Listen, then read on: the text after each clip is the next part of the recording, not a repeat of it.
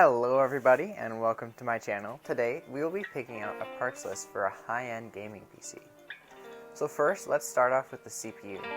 So I'm going to go with the Ryzen 9 3900X because it's a really great CPU and has really great boost clocks. And the next generation Ryzens are actually said to beat Intel in gaming and rendering. So I'm going to do a refresh of this video once those come out. So since this is a high-end build, we're definitely going to want to use a Liquid AIO, which is basically an all-in-one water cooler, so you don't have to do anything except just slap it onto your system.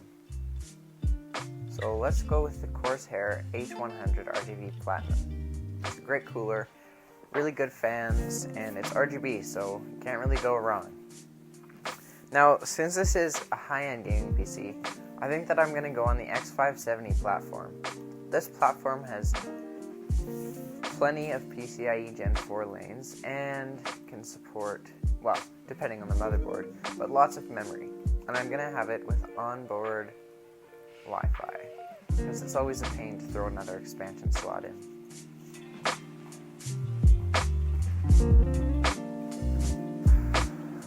Okay, so looking at a couple of these, and it looks like there's a lot of Asus ROG ones. So this motherboard, I've seen it a lot in lots of benchmark videos and other videos, but it's quite expensive. So this is a high-end build, but it's not an extreme build. This one looks great. Oh, it's Mini ITX port, so I'm gonna skip it. Perfect. We'll go with the Gigabyte Aorus X570 Elite Wi-Fi. Now we're going to go with memory. So since this is a gaming PC, we don't need an insane amount of memory, so I'm just going to go for 32 gigs, because you really only need 16 gigabytes in 2020. So I think that we'll just go for a nice RGB kit. Okay, DDR4 3600 speed, that's perfect. That's actually the exact speed that I was looking for. And G.Skill Trident Z Neo. Good timings, and it's really good looking RAM too. Now let's pick storage. So since it's X570, it automatically always supports NVMe drive. So I think that we're going to go for a 1TB Samsung 970 EVO. And let's see.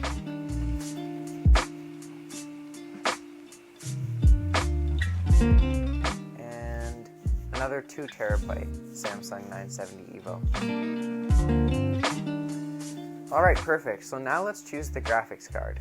So I'm going to go with an RTX 3080 because it's a great high-end card, and there's not too many diminishing returns at that stage.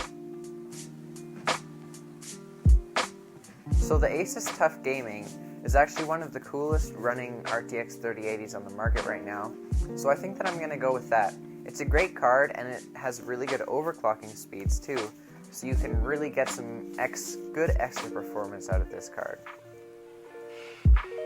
And I'm just going to go ahead and add a price on manually.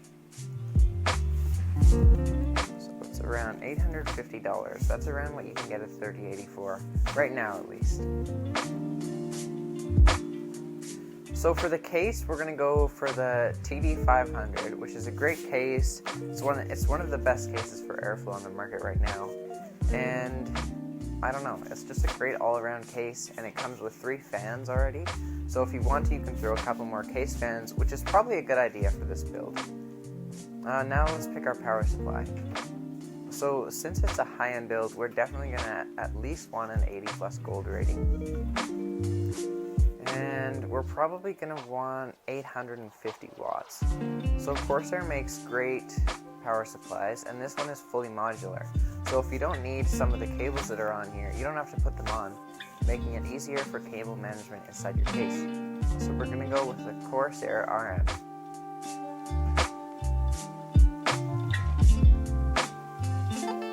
Now, our entire build is almost finished, but I think that I would include a monitor in this build just so that you know what your system could run.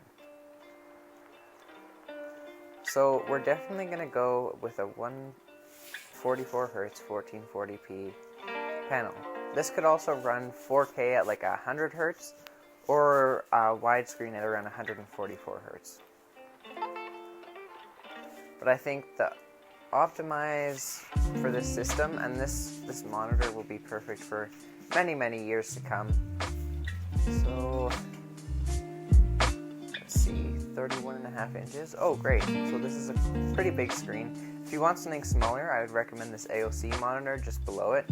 This is a great monitor. I'm actually going to get it soon with one of my upcoming builds. But I think for this we're going to go with this Westinghouse, since this is the cheapest option.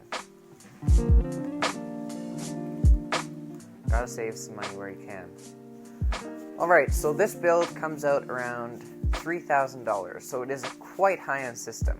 Now, this system will be great for everything. Like, if you're gonna do rendering, then this is also a great system for that. The 3080 is a great card, and the Ryzen 9 3900X is a 12-core, 24-thread processor.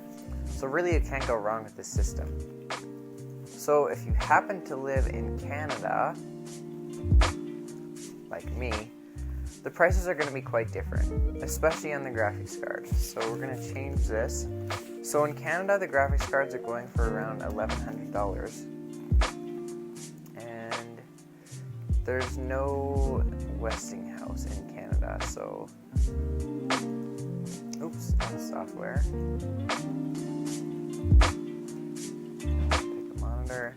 So I think that I'm going to go with the AOC monitor that I mentioned before. This one right here. And I don't know, this system is one of the best systems that you can make without getting into the market of diminishing returns, because the RTX 3090, being more than double the price of the 3080, only offers about 20% more performance. So go ahead and take a screenshot of this build if you want to, and I'll change it back to American prices in a minute in case you didn't get one before, so that you can then. Here, I'll move my mouse out of the way.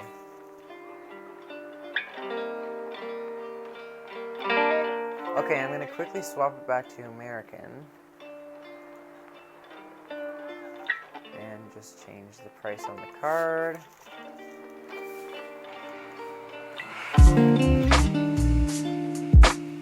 Perfect. Alright, well everybody, I hope that you enjoyed the video and that you have a great day, and soon I'll be making another video on a low-end RTX 3080 machine. So it's going to be still the RTX 3080 tough, except I'm going to have a little more budget parts on everything else, so that it's more affordable, but you're still getting close to the same gaming performance. But this build is for anybody who needs a workstation / gaming PC, and this will be perfect for both of those. It's definitely one of the best out there. Alright, well I hope you had a great day, and enjoy the rest of your week. See ya!